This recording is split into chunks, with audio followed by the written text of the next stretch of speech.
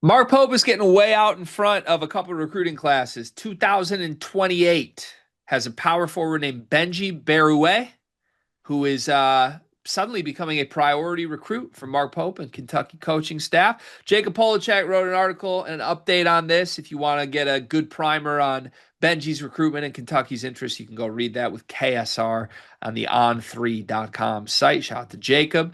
But Benji Berrouet, 6'7", 200-pound power forward in the class of 2028, currently playing in McKinney, Texas for high school ball. Most recruiting databases don't even have rankings for the class of 2028 yet, so you're off to your own eye test and any digging that you can find.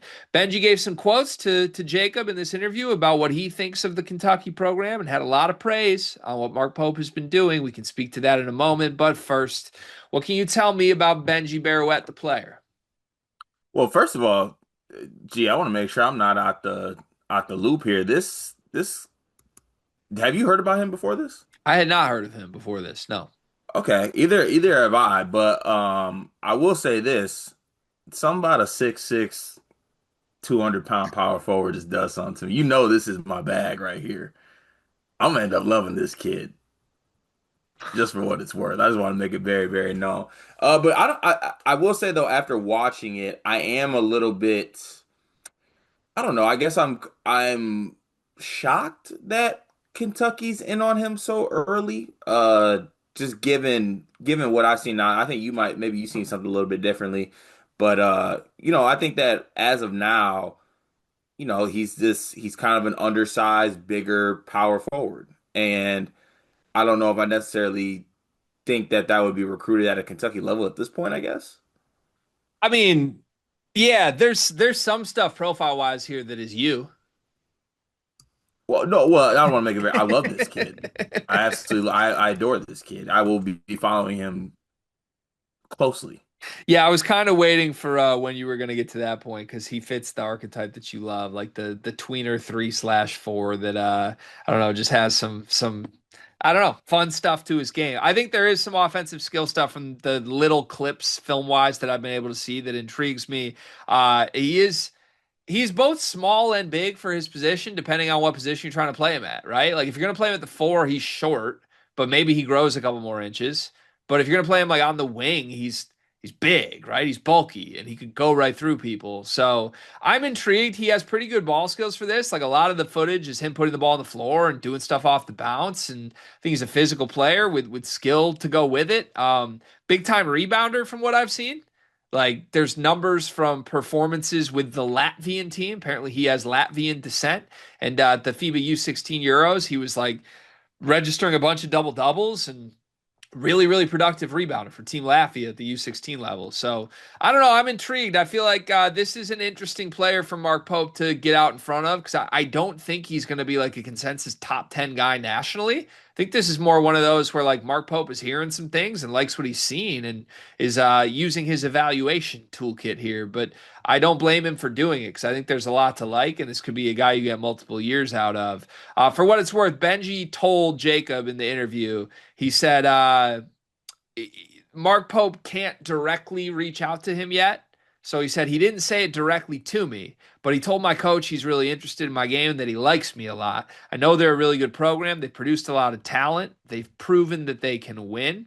And Mark Pope has done a good job at getting a lot of talent to commit there. He's a good coach. He knows what he's doing, has winning experience. I watched them a lot during March Madness. I would fit in well as a two-way player, someone who can play the three or the four position. Wonder how much you watched of him during March Madness. They weren't Yeah, there long. three game sample size. They were there pretty long. Yeah, no, just a little hee hee ha ha. Yeah, I don't know. I just maybe this one might be one of the early ones where I'm like we can see Mark Pope's like kind of like his evaluation bag, I guess. Like Yeah. yeah, you can recruit the top guys, but like can you go find that guy that's maybe staying longer than 1 year, one and done, or a couple years and can develop? Yeah, he's got a vision with this one. The other schools that are after him early, by the way, kind of back up what we're saying here. Arizona State, SMU, NC State, Texas Tech, Tennessee, Virginia Tech, and TCU are the schools that were named in Jacob's update that have reached out early. So, look, just call it point blank. I'm surprised Kentucky would be reaching out this early, or I guess not reaching out because they're technically not allowed to even be contacting directly, but like showing interest this early, because usually blue bloods, like top five programs in the sport, just would only do that with the elite of the elite, and I don't think Berrouet's profile is that. But the very good player, like a kid that if they got an early commitment from, I think they'd be ecstatic with, and would probably be really, really good in the Mark Pope system. So we'll see. But I think you look at that list, like no Duke, no North Carolina, none of the other kind of big boys here. They might come just closer to 2028, right? If this recruitment progresses. Yeah, it'll be interesting to see how it develops. What do you think his tie to Kentucky is? Because I feel like normally when Mark Pope starts reaching out a couple years early, it's usually like Benji's AAU coach was Mark Pope's cousin's car dealer. Yeah, I think is he from Texas? That's where he's playing high school ball. But again, the Latvia thing throws me off. Yeah, if it's Texas, then it's an Alvin Brooks thing. Might just be that. I think that's 100% what it is. This is Alvin.